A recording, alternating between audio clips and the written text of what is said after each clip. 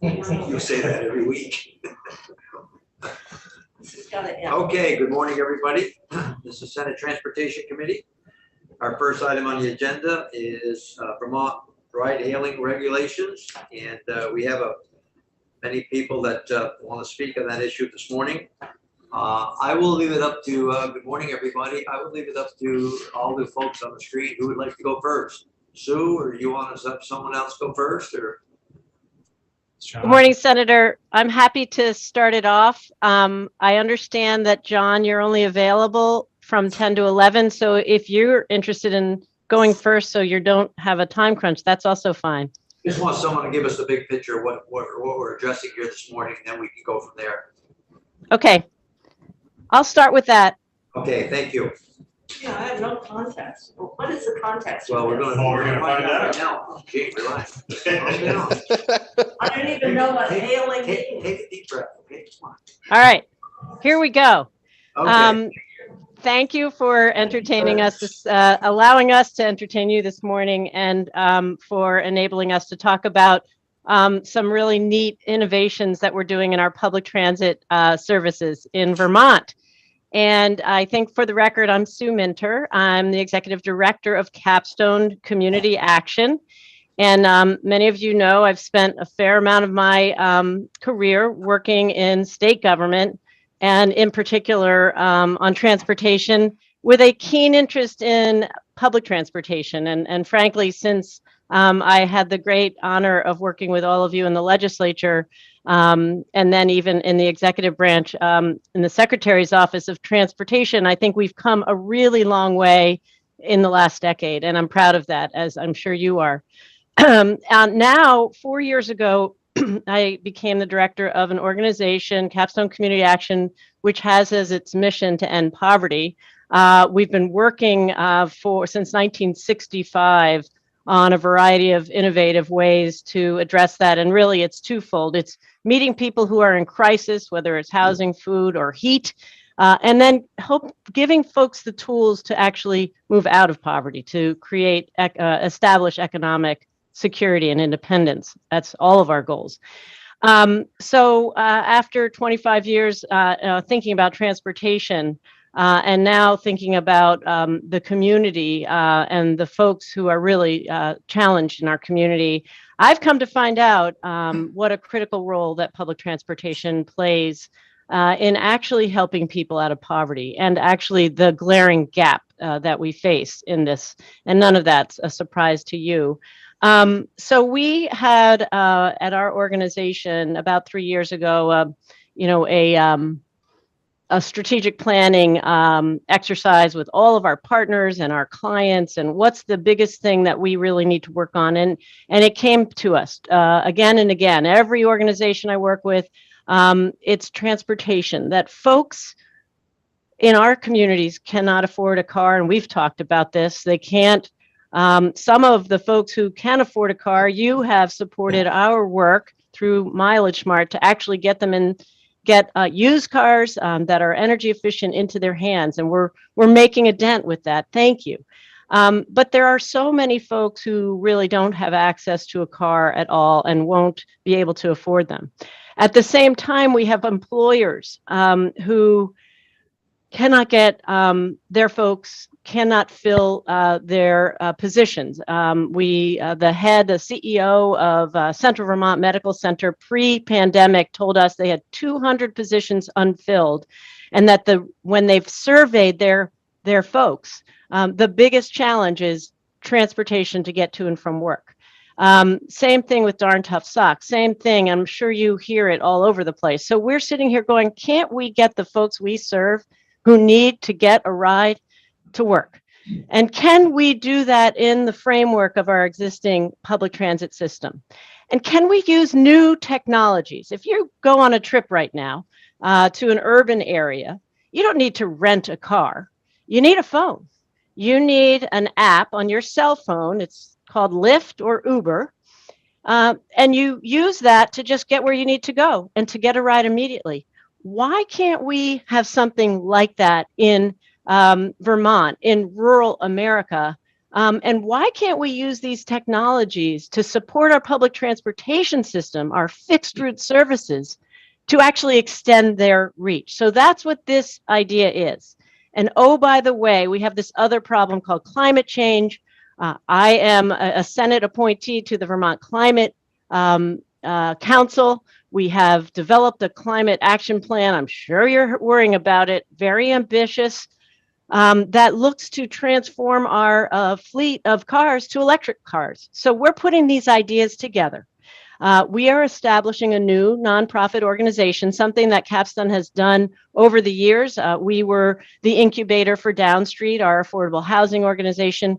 We are the umbrella for Head Start, the child care. And when you think about what people need to get out of poverty, it's housing, it's childcare, and you know what? It's mobility. So this is what Capstone is focused on doing, and not just here, but setting a pilot example to be able to do in other parts of Vermont.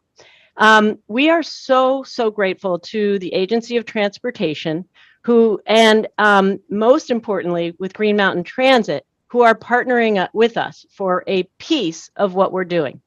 We want to have we will have an all-electric fleet, a fleet of all-electric cars that are both supporting and extending the reach of Green Mountain Transit in our service area to areas they don't yet serve, more rural areas, and times they don't serve, late at night, early in the morning, for those employers like the hospital, second shift. And in addition, we're going to use these cars to become workforce mobility for Darn Tough, for Sugarbush, for Central Vermont, get workers to work and back home again. And we're going to have them become a private mobility fleet so that we can have full paying customers also supporting this the way that Uber and Lyft relies on. So that's the big idea. We've been incubating this idea for a few years, thanks to your investment in the Micro Transit Initiative. We've received 2 of such grants. We have also been receiving funding from the philanthropic community for this idea because it combines climate and equity, mobility and equity in one idea. And we also think the federal government, which has a new program called Mobility for All, is interested in ideas like this. So that's the big idea. There's many details to it. We right now, next month, are establishing this new nonprofit organization called Community Rides Vermont. You'll hear from John at GMT that they are partnering with us to provide a piece of the service. I've presented, we've left with you for your reading pleasure where we're going with this, the other pieces of investment that we're looking for, and we're trying to get an earmark, and we're applying to the Northern Border Regional Commission, and we're talking to philanthropists. We believe in this idea, and we believe its time is now, and we believe this is a pilot that can help support other rural communities. So there is another problem that we've discovered, and that's why my wonderful colleague, Chris Cole, is here. He is consulting with Capstone. And one of the challenges is that you all have wrestled with the meaning of a transportation network company, the Ubers and Lyfts, and you have provided regulatory oversight. We will need, we think, a little fix to include a community mobility program. So I hope I've whetted your appetite. There's obviously a lot of questions you may have, but that's to answer what is this thing and what are we looking for? We, of course, need more investment. We are incredibly grateful for the beginning, the start that we now have with our partnership with Green Mountain Transit and our support from VTrans, specifically Ross McDonald. But we have a long way to go to meet the vision that we think will make us successful in the wider scale of needs that we know are in the community.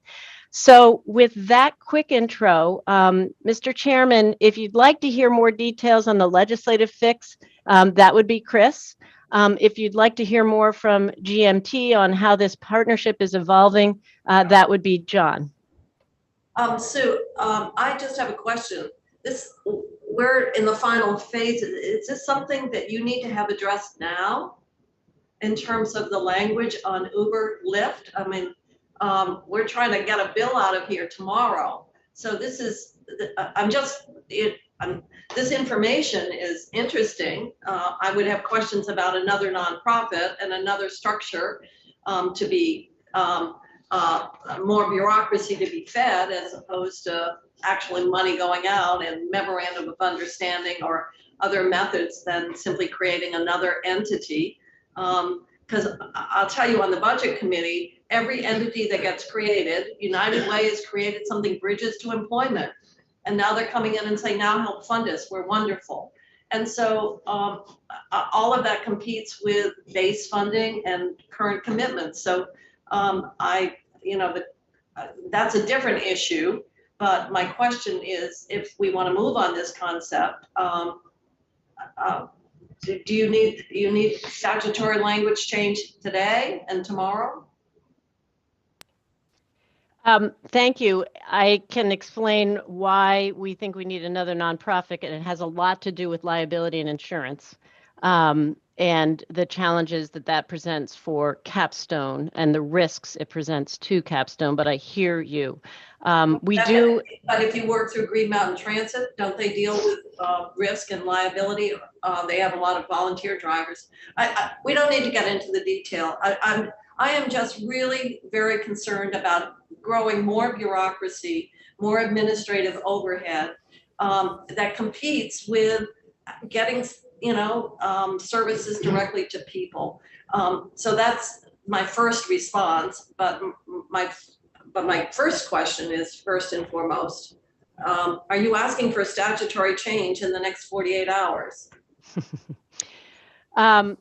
To be honest, I will apologize for the lateness. Honestly, it's become something that we quite recently became aware of. We believe we can start our services with Green Mountain Transit without this fix. It is the additional programs that we want to incorporate, the workforce development, and most importantly, the community rides, which is a private pay, which is how we anticipate this social enterprise becoming financially not totally dependent on state and public funds. So we don't absolutely need it. We wanted to see if it's possible for you to consider it so that we can actually be pursuing the much larger vision that we have. And we did not realize that there was this problem, this legal problem in the short term. So I guess that's my answer. So do you have some proposed language? You've identified the issue or no one's here from AOT, I guess. So I maybe Chris, you could describe quickly what it is. We are somewhere in between a taxi and a transportation network company. Go ahead, Chris, and you could just describe it quickly. Is that grandfather Chris, or is that the same Chris I know? I used to know a younger Chris Cole, but now he's grandfather. This is a slightly older version. Yes, I am now officially. Good. All right, good, Chris. I'm now officially a grandfather. Okay. For the record, Chris Cole. As Sue just indicated, this is something that we're going to need to address in the future. But to answer your question specifically, Senator Kitchell, no, I don't believe we need it in the next 48 hours. We do wanted to bring it to your attention. Back in 2018, when the legislature enacted regulatory changes in both the taxi and transportation network companies, there were specific definitions included in the law. And the program that we are creating is not the same as a transportation network company, because we're intending on leasing the cars and employing drivers, not using people with the personal automobiles.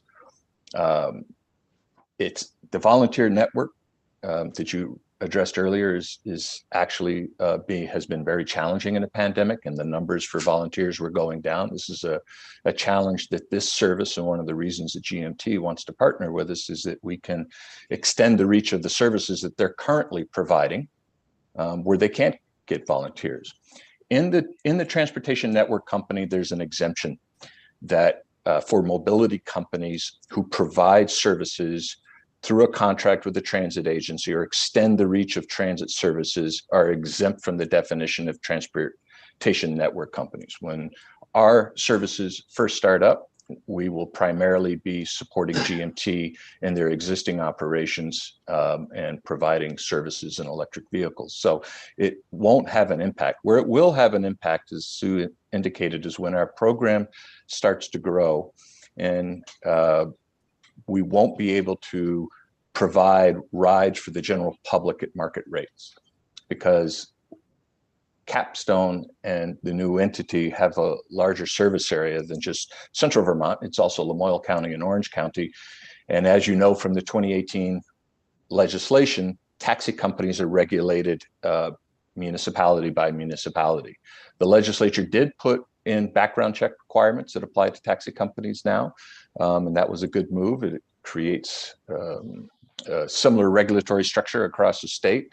But the licensing to get a taxi license is still left up to the municipalities. And because we want to serve in a variety of municipalities in terms of our workforce transportation, as a small not-for-profit, we would have to get taxi medallions in all of the municipalities we serve. So we wanted to introduce the concept. It's probably not an easy fix, but I think for most of our services, we are going to be an extension of the public transit system, and so therefore exempted from the definition of what a transportation network company is, and we won't be a taxi company either.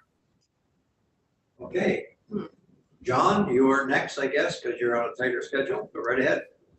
Yeah, good morning. Thank you, Mr. Chairman. For the record, John Moore, Green Mountain Transit. So I can briefly speak on the work to date. Capstone and Green Mountain Transit have been developing a scope of work to help increase cost-effective capacity for transit services in Central Vermont. GMT sees this happening in two ways. Number one is the Mobility for All program that Sue spoke about. We are planning on applying for about $300,000 through our state grant agreement through VTrans. If that is awarded, we would envision Capstone being a provider of that service. In addition, to help increase our capacity in our E&D program, which already serves folks with disabilities and who are over the age of 60 in Washington County, as well as hopefully provide a more cost-effective way to provide our Medicaid services.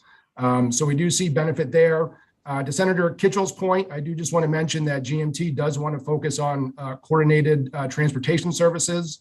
We do view ourselves as a one-stop mobility option in Central Vermont. As you folks know, we already are constrained with our local resources and especially with our local match that come from the property taxes. So we will want to be cautious of how this is structured. We envision Capstone being a subrecipient, meeting all FTA compliance, at least for the programs that are eligible for FTA funding. But we do see an opportunity to help GMT expand our capacity, a pilot project to determine what the transportation needs are outside of the existing services, which are the general public fixed route services, the MyRide in Montpelier and hopefully soon in Barrie, as well as the Medicaid and E&D services, which do provide service for folks outside of the fixed route areas. And then providing that cost-effective service. Right now, we use our paid drivers oftentimes in a 16-passenger vehicle at overtime to transport one person. So we certainly agree with the smaller electric vehicles. We think that has a lot of benefit, and we look forward to working with Capstone to provide more cost-effective and better transportation services in Washington County. Senator Chittenden. John, good to see you again this morning, and I have full confidence that GMT could handle this and be a great partner, but I'm curious, when you think about the role of SSTA and how they're positioned with their fleet, do you see a role for them in these discussions about more on-demand dynamic scheduling of resources and rides? Not in Washington County, Senator Chittenden, but possibly in the future, looking at how we provide Chittenden County service. I think it's a similar structure. And there's certainly some demand that's not being met by the existing services. And I think this Mobility for All pilot project will help determine, what those demands really are and the most cost-effective way to meet those. Thanks. Okay. So one of the things we did was, well, we hope the House will agree, is put more money into kind of the what? Microtransit, right? So it seems like this is sort of a variation on that approach. Yes. As we had a discussion, and our goal was to actually increase the appropriation. To what did we get to? 1.5. Yeah, tripled it from 500 to 1.5. And we hope the House will see the wisdom of our action. Thank you. That's really terrific. And honestly, the small planning grants that have until now been available through that program have helped get us to where we are. If there's additional funding, we would love to compete for that. And it's huge, hugely important. And we'll make sure that the House members learn of our excitement about your investment. Thank you. All right. For the committee's knowledge, Sue sent me Chris's memo on the regulations. I sent to Danthea to see like if there was a quick thing. She said it's pretty complicated. It would get into other things. She saw pushback from the taxi services and others that have been regulated. She said there was that earlier effort. So she thought it would need more study and time than something to drop into the T-bill this year. So I think it's something we're going to have to work on with Grandfather Cole over the summer or something to figure that out. I love this new label. I can't get over it. Who would like to go next? I don't know. Gramp sounds good to me. Just call me Pops. I'm glad I'm not old like you, Chris. Oh. Me too, or the state would be in a lot of trouble. Paul, would you like to join us next? Well, sure. I think much of what I have to offer has already been said. I guess I would, I'll state. Tell us who you represent, Paul. Okay, I'm sorry. Paul Zabriskie. I'm the Climate Impact and Weatherization Director at Capstone Community Action. And I've been involved with this project primarily on the business development side and trying to just make the numbers work. And I think what I would just highlight for the committee is the challenge of getting to scale. And we're piloting something, we're bringing a bunch of new technology, both in the vehicles as well as the tech, the apps, and integrating all of this and getting it up to a scale where it's sustainable once this one-time money has passed through. And that's really our challenge, is sort of piloting on a scale where we can make our mistakes and they're manageable and correctable in the near term. And at the same time, pushing this thing fast enough that we get to a scale where we're really a sustainable operation and able to provide those rides to the community that right now is not getting where they need to go in a timely way. Questions? Next, we have Amanda. Good morning. Is Ross on? I don't see him. Hey, Senators, thank you for hosting us. For the record, my name is Amanda Carlson, and I'm a project manager in the Climate Impact Division at Capstone Community Action.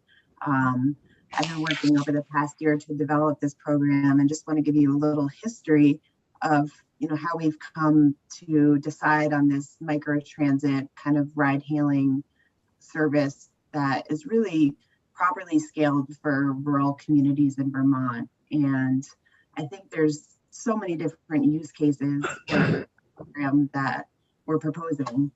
So the current elderly and disabled transit system, those rides have to be requested 2 days in advance, which doesn't really give a lot of latitude if you're going to the grocery store, for instance, and forget something. And also for the average citizen, if you're injured and you can't drive for a short amount of time, our service could give you ongoing rides that are reliable.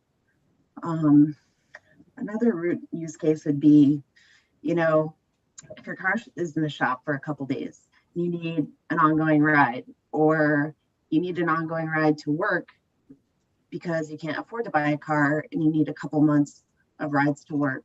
So a service like ours would really be there for cases like that. So I think my colleagues covered most of it, but our service really has the likelihood to scale in the state of Vermont, and kind of piloting a new paradigm for public transit in rural areas. Thank you. Thank you. Any questions? Yes, go ahead, Senator Churchill. Is the Berry pilot, if we're calling that, or the Capstone pilot, is it going to be the same kind of diameter of miles that the MyRide is, 4 or 5 miles around, going up to the hospital in that kind of area, or maybe we're really proposing a service that goes to the far reaches of Washington County, back roads, small villages, and all times of day. If I run again, Yeah, can you give Kitchell a ride to Montpelier, please? We're going to Cabot, so maybe Can't Dan wait. in the future. You just got moved into Cabot. Buy a house in Cabot. Well, so you surround yourself with good That's people. your district. That's okay. Take me out. In Show one, the people that want to. and maybe John has an answer to this too, because I heard one of the issues with electric cars is that they need to be handicap accessible. And I know we could do that with some of the electric vans that are coming out. Is that your idea, that they would all be handicap accessible, or they don't all need to be handicap accessible if you're doing this other kind of ride hailing business?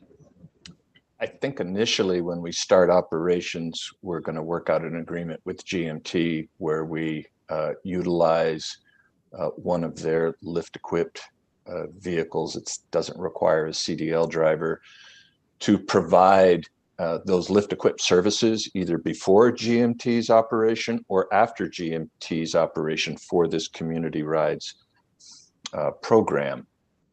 So we'll have that ADA accessible service started from the beginning. And as vehicles become available in a van, we will transition to an all-electric vehicle.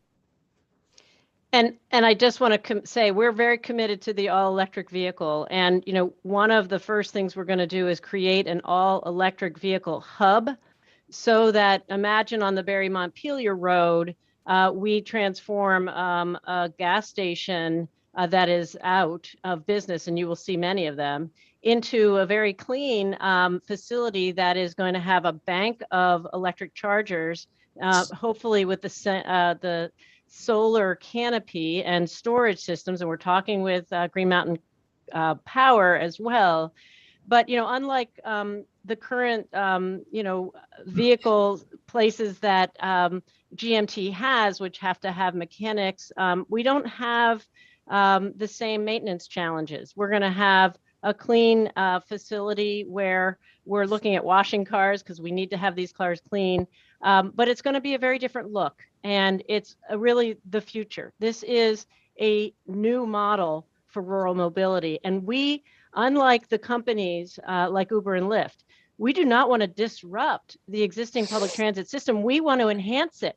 We want to build upon it so it extends its reach beyond the territories it currently can reach, but to also the people who right now we serve at Capstone who are literally trapped in poverty and get to that job at darn tough. We want to get them there. Thanks. Thanks for listening and for giving a moment to these bigger ideas. I know you have a tremendous pressure on you to get your budgets done, and I appreciate your time. Sue, on another subject, your son's still writing? Is he on radio, or he's on Vermont Digger, is he? No, sir. Now he is in college, and he is the managing editor of his college newspaper, No kidding. the Crimson, the Harvard Crimson. And as a little kid. Well, he doesn't sleep anymore. He has to run a newspaper, a full newspaper. He's got 20 employees, and he goes to bed at 6 or 8 o'clock in the morning. It's not good to be his mother right now, but I'm very proud. I remember he started as a young kid in high school, and He's graduating I was this just year. wondering what he's doing these days. Wow, how old is he now? He's 21, Senator. I appreciate God. that wonderful memory of being in your room together, and he Oh my God, remembers you as well. Such a rising star. But he's graduating the same as Margaret, right? Actually, he took a year, a so-called gap year, so he's his junior year still. Oh, junior, oh. Well, tell him I said hi, and I'll try to follow his career, what he's doing, because he's such a bright young man. God, he was, Thank you. I watched Thank him. you so much. It's actually really impressive for a junior to be the editor of the Harvard newspaper. I don't think Sue is explaining that. That is very impressive If accomplishment. you see him, if you listen to him on the radio on the way home, I could tell he was going to be a rising star someday, because he had it in him. I think of him once in a while, and I say, God, I wonder what he's doing these days. Well, thank you for the update. That was great. Anything else from anybody? Questions? No. Senator Mazza, I just want you to know I sent an email to the agency a few minutes ago asking about Ross McDonald, but I haven't heard back from them. Okay. All right. Well, thank you very much, folks, and we'll thanks for the update. Thank you. Have a good day. Thank you all. Thank you. Okay. Bye. Okay, Are you ready for our next round? Yes, I am. Yes, I am.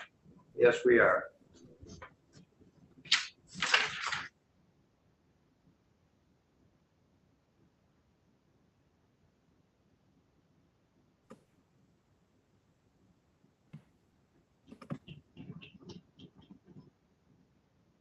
Are you with us yet, Robert? Rob is. Rob? I just want you to know I sent an email to the agency a few minutes ago asking about Ross McDonald, but I haven't heard back from them. That's all right. Don't worry about that. All right. Well, thank you very much, folks, and we'll thanks for the update. Thank you. Have a good day. Thank you all. Thank Okay. you. Yeah, you gotta shut the YouTube off. Okay, Are you ready? Are you ready? Somebody's listening to the YouTube of our committee meeting. David. I don't know if David can hear us. Okay, who's up next? Rob?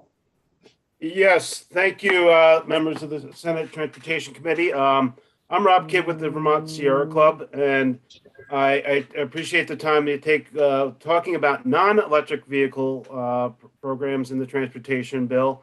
For those who weren't aware of it, the Sierra Club has been working on transportation issues for the last couple of years, and my program area has evolved from where I was working on water, energy issues, but we decided to work on transportation issues primarily because of the climate impacts. So a lot of our work is grounded around reducing our carbon emissions, as you saw in the Climate Action Plan. I know there was a question last week about how these programs interplay with the Climate Action Plan.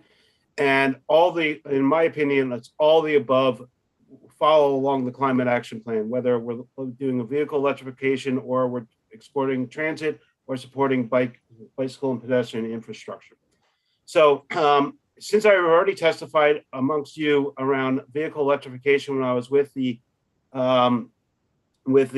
Transportation for Vermonters Coalition, I'm not going to talk about that, but I am appreciative of what the House did to set forth. I hope you're able to support those measures and move forward. But the other areas I want to talk about is more about how do we get out of people out of single occupancy vehicles and reducing the vehicle miles traveled. The Fare Free Transit program, which you are debating here, we need to kind of continue supporting that. I know you all have supported that the last couple of years while we're transitioning away from the pandemic. it's going to take a while to get people back to riding public transit. And right before the pandemic, you all authorized the report to increase transit ridership, the study that the agency did. And there was a whole line of mechanisms about how we can get out of single occupancy vehicles and support transit. Some of these innovative ideas that the crew just mentioned before are one of them, but supporting microtransit and innovative programs that you all created in the MTI grant program a couple years ago. The House, in their bill H522, 522, the Transportation Innovation Act, originally proposed requesting $10 million, but the House Transportation Committee only allocated $500,000 for those type of programs. We think those are critical to evolving those needs, such as like the My Ride program in Montpelier, or even there was another program where there was like a thing called the hitching post, where people put up a little signpost and said, "Meet me for my ride." I just want to say that I don't think there's many states doing as well as we are. We're in the leadership role about getting people out of their cars. We got free transportation. We do. There's a tremendous amount of things out there that we do. But again, it goes back to rural Vermont. You got to be convenient for people to take a bus or a transit to get to their jobs, and that's why so many people can't park with their cars overnight. But yeah, I agree with you. And you made reference to what the House did, and I'm sure you've been tracking our discussions around the microtransit. And obviously the amount isn't as at the level that you're talking about, but it's 3 times what the House has. So it's an effort. And we just heard some interesting testimony about some ways in which that, that could be carried over into something more expansive and innovative. yes, thank you. Yeah, and I know that you're all talking about increasing that, but supporting these programs are going to be helpful to kind of connect to our existing transit services. I'm sure some of you noted that Vermont, we spend a considerable amount on per capita towards rural transit, but it is the nature of it. So we have to work on all these solutions, not just as one. But actually a lot of today's conversation is going to be more about the bicycle and pedestrian infrastructure. I know Senator Mazza and Senator Chittenden, you've recently expressed some concern about some bike safety issues. But from us in the Sierra Club, we see it as a lot more of importance. I don't know how many of you ride regularly. Myself, I ride between 500 and 1,000 miles every year on my bike. And I've had some situations where just around the corner for me in Montpelier, I hit a pothole once, went flying over my handlebars and totally scraped up my body, broke up my phone, damaged my bike, those situations. Or been driving on a narrow road and cars come up, pulling up right up alongside you and honking at you. Or you're riding along and I've had a beer bottle thrown at me while biking.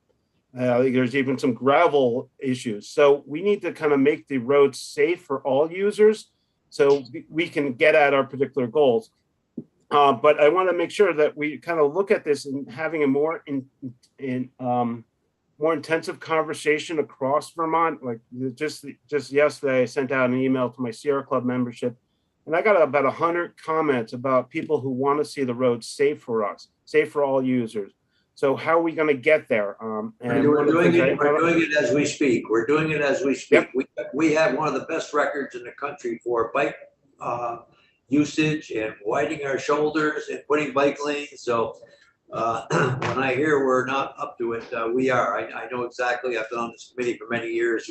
We're a leadership role, making it safe for bike, but we also have a joint effort from the bike community also to be safe on our highways also. So yes. And I think we spent this year's budget, I think we got $29 million in there for bike and pedestrian, improved access and safety and all of that. So I concur with the chair that for a small state and a small population and a growing population of bike riders, we are doing our share and we're pretty proud of what we're doing. Yeah, I mean, you all are doing things, and I'm not saying like we're not. There's a lot to do, and we need to have these comprehensive discussions to move it all forward. So I actually have a couple people with us from the Sierra Club who have some information about this. So I'm going to pass it over, but first I'm going to introduce them both, and then they can go to that and give you some of our solutions that we have. Who wants to be next? Carl, Yeah, David? I was going to introduce David Ellenbogen. Okay. He was next on our list. So David. Go right ahead. Thank you. Okay, am I audible? Yes, you are. Yep. Okay. Just quickly, my background goes back almost 50 years. When I did my first bicycle tour of Vermont in the 70s. In the 80s, I led end-to-end bicycle tours. I sold bicycles in a bicycle shop. More recently, I studied transportation at the UVM Transportation Research Center as part of my studies in ecological economics at the Gund Institute. I've served on the board of the Bike Ped Coalition. I recently completed my term limits on the board of Local Motion. And as part of those committee works, I served on the economic impact of bicycling on the state of Vermont. Jeff Carr released that report a number of years ago. I also served on the committee that created the Vermont State Bike Map. And in the early 2000s, so I want to share three quick stories. One involves a guy who taught bicycle safety as part of the Safe Routes to School as a volunteer in Burlington. Organized a bike shop there. You may be familiar with Bike Recycle, which is now Old Spokes Home. He was run off the road. This is a man who has taught bicycle safety. He was run off the road on North Avenue in Burlington before it was reformulated. Some of the solutions we're pushing for are as simple as relining, restriping the road. When studies were done, it was found that North Avenue, and many of you have probably driven it, reconfigured as one lane each direction with a turning lane, was safer by a factor of 10 for cyclists. And we took an area that was high in bicycle crashes and turned it into one that is low. There's no impeding of traffic through North Avenue. It was simply a matter of restriping the road. Recently, there was a panel speaking to bicycling and promoting bicycling in Vermont. One of the panelists was owner of a bicycle shop in Washington County. She does not at present feel safe allowing her, by now her kid is probably 12-year-old, to ride the roads. Why? Because of bicycle safety. But probably the most relevant committee that I served on was a committee I was contacted to serve on, organized by Fletcher Allen Healthcare. And at that point, they still called it Fannie Allen, which is where we met. And the purpose of this committee was to determine how to promote healthy lifestyles. And in particular, there was a focus on getting more people cycling. And what was one of the results of that study, I tried to find it online, but it was not documented online. I think this was an internal study for Fletcher Allen. The number one obstacle to getting more people on bicycles was the perception that the roads are not safe. And as a side note, I would simply point out that the largest group that was ready for more cycling, but not willing to do so, were middle-aged women who cited safety as the number one factor that was keeping them from cycling.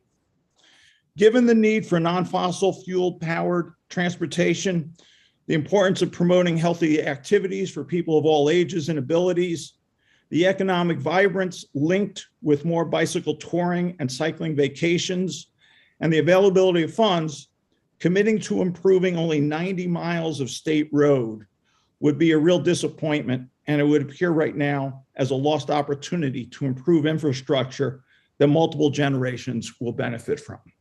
David, let me ask you a question. Do you feel electric bicycles, which are coming on the market now, should have the same right of way as an automobile on the highways? No, there are different levels of electric bicycles, level 1, 2, and 3. Local Motion is focused on this.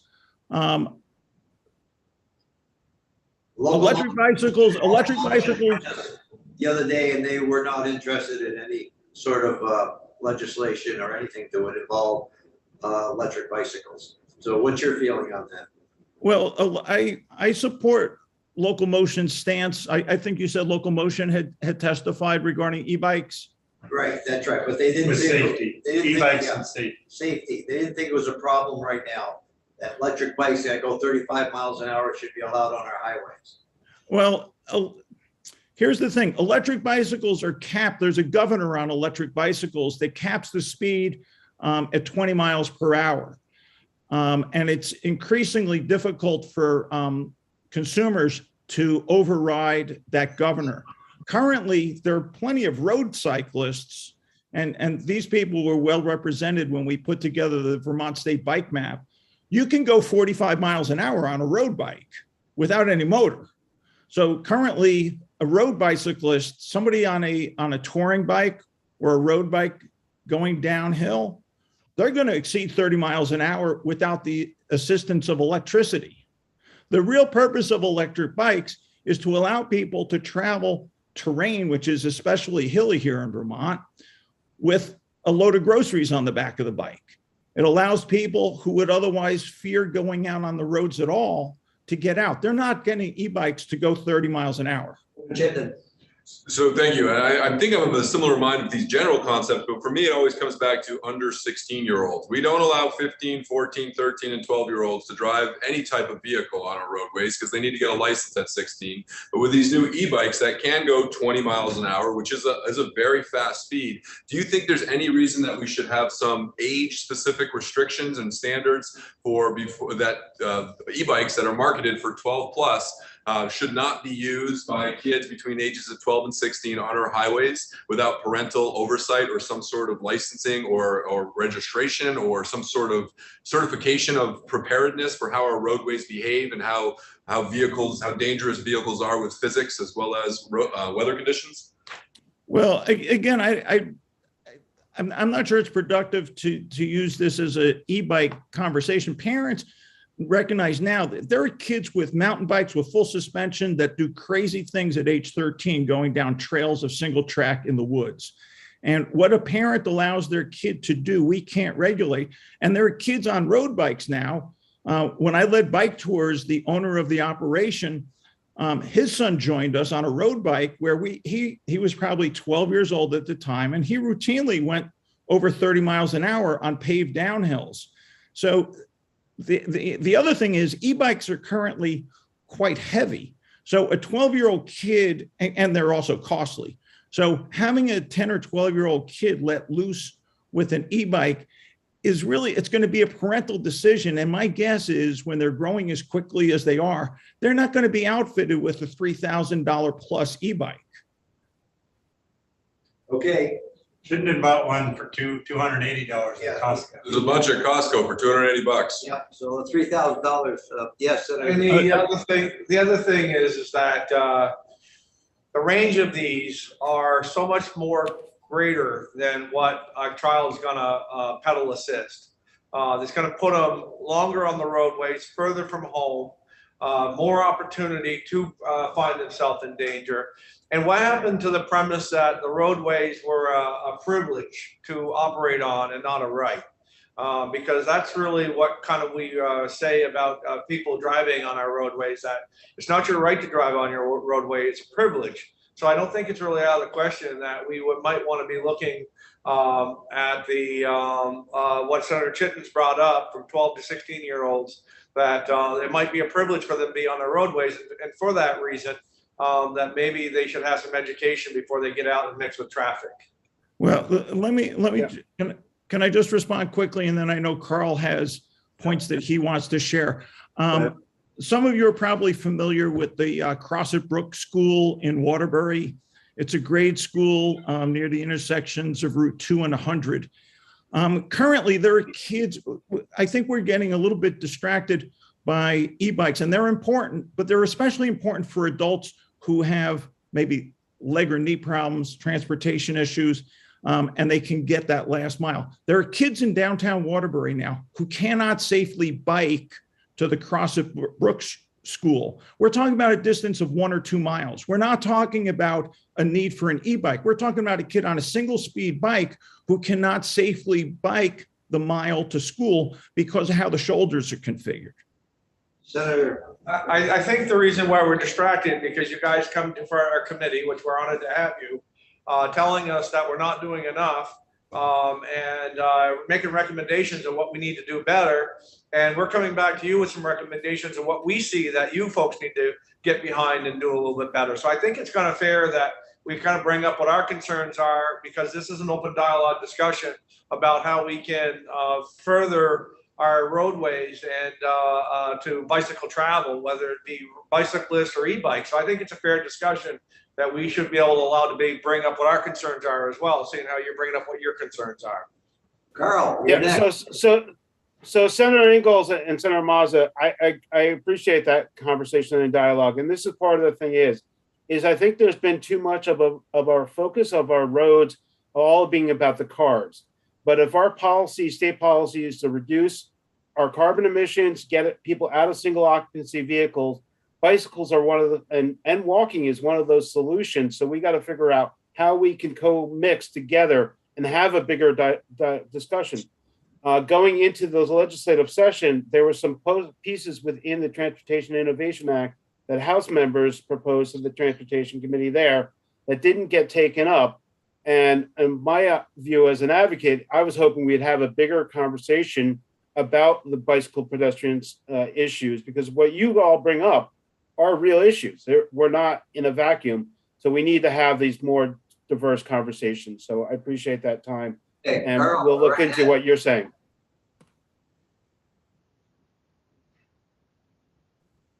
Carl? Okay, hi, can you hear me? Yes. Okay, thank you for your time, Chair and committee members. I'm Carl Chemnitzer. I'm with Sierra Club and I live down in Heartland. E-bikes are worth supporting. I've started using them for everyday errands about 12 years ago as part of my town energy committee activities. Rob sent out our testimonies, 7 points on things that we would like to see done on the roads. And I don't know if you have it handy, but on the back of it is a picture of me. And that is my bike I built back in 2014. It's an electric cargo bike on top of Mount Washington. I've used that routinely over many years for carrying groceries and recycling. It can carry about 100 pounds. Now, I'm not a bike fanatic. I've owned Porsches, hot rodded VWs, antique Austin Healey's, many motorcycles. I've done Formula V racing in SCCA, and I've worked as a car mechanic at Greensboro Garage. But I'm also now in my 5th year without a car. I live in a rural area and cars were not making sense anymore. With the increased number of cars on the road and the increased amount of people that are driving, it's not the same as the 1960s. And I don't think our transportation problems can be solved by adding more cars. So I've found some problems while I've been over the last several years of using an e-bike. And for the record, I'll say that when we're talking about e-bikes, we're only talking about 1 horsepower here. And a human is good for that in a peak period, but we're not talking motorcycles here. E-bikes are not motorcycles. So the problems that I've been seeing is that Vermont is beautiful for walking and biking, but the average person hasn't felt safe or comfortable riding or walking on them.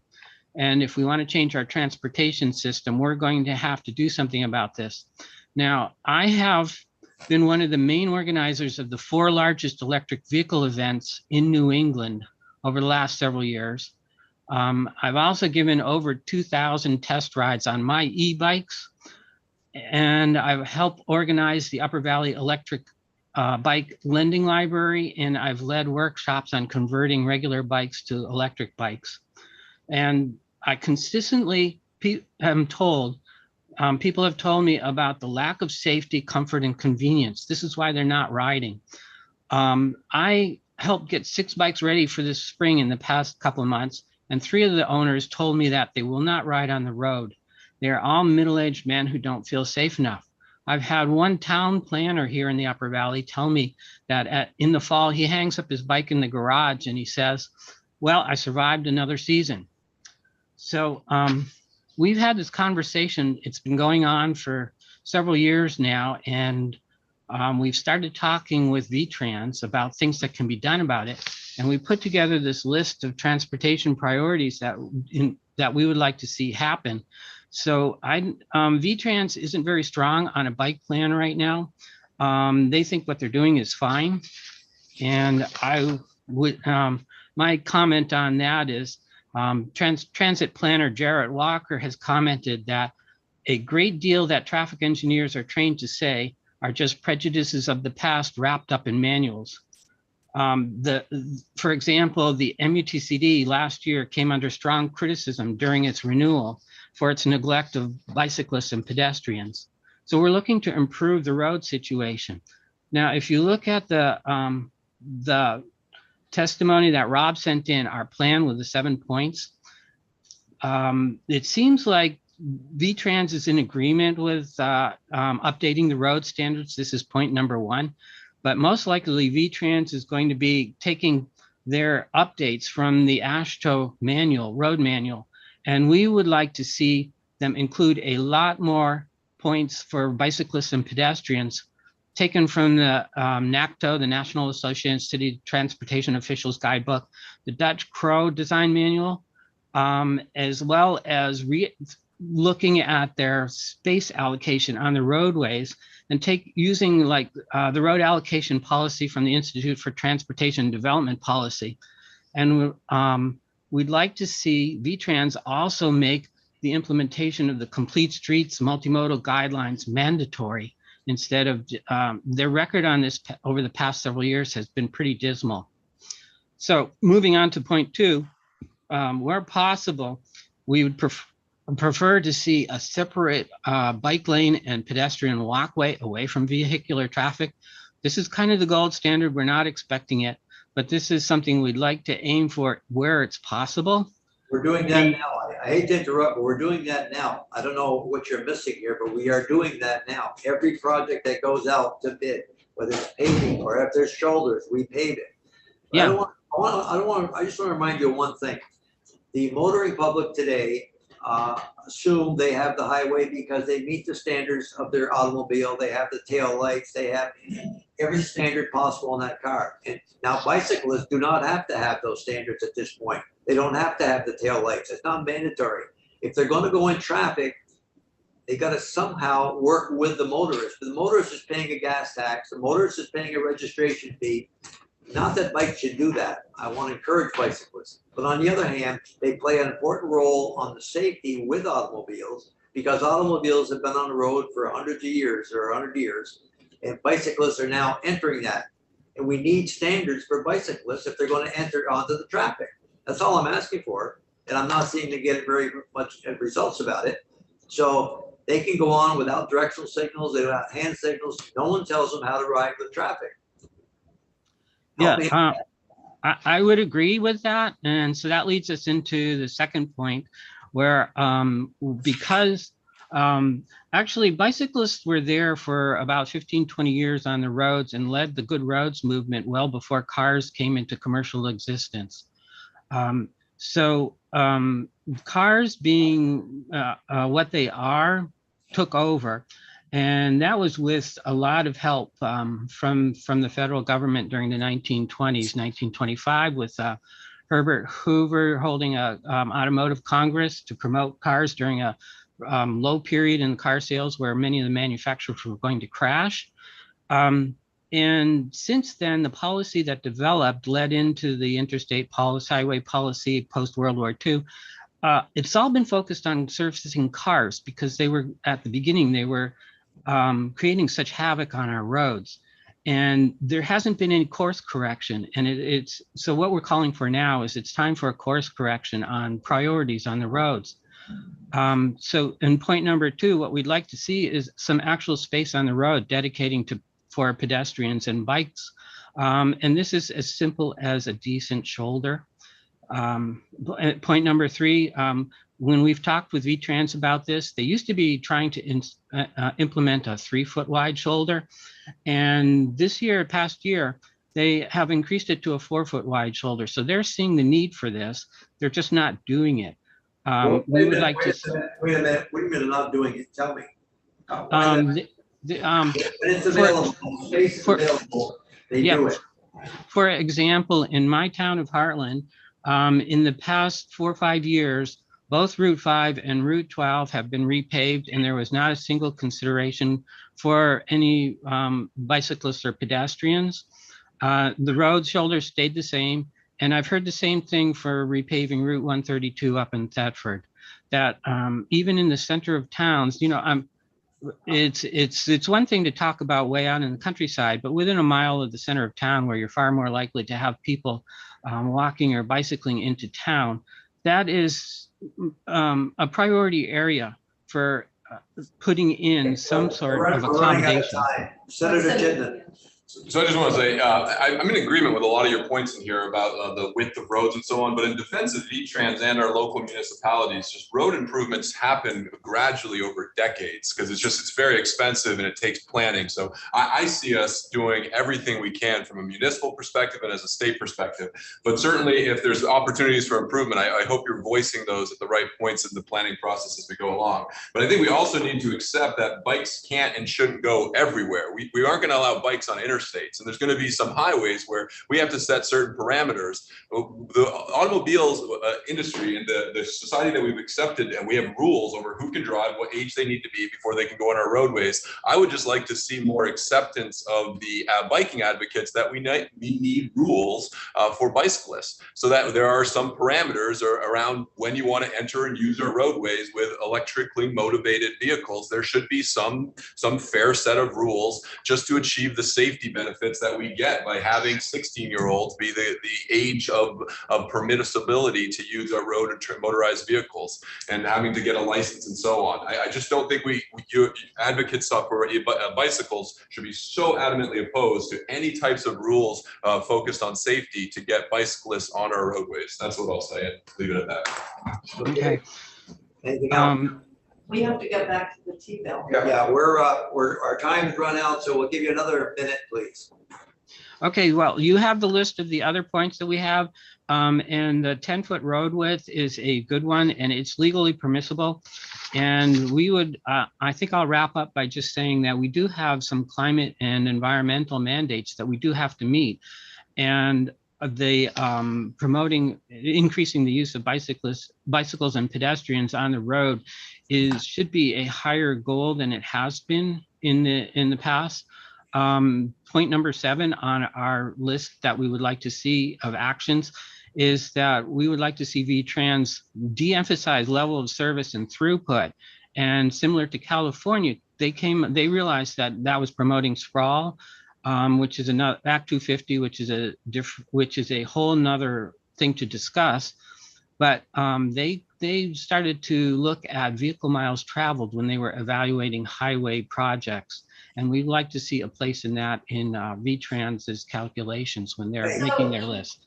I just have a copy of the email that we got from Rob Kidd from about the transportation priorities. So that document is something that we have as a reference. So when you're talking about numbers and so forth, I'm assuming everything you've covered today. And obviously, we're going to be moving the T-bill out today or tomorrow. So we've got to, we've made some decisions. We've moved some money around. I think those that should be reflective of where some of your priorities are. But I just want to make sure that this is the document that it really summarizes your priorities. So to reference your question on that, Senator Kitchell, there was 2 different documents. That one was climate related on the budgetary issues priorities, and then this was a separate issue on bicycle pedestrian document that I shared with your committee chair, and it's posted on your website as well. This is transportation priorities. We'll print it off for her, make sure she has it. Yeah, that's for the whole coalition.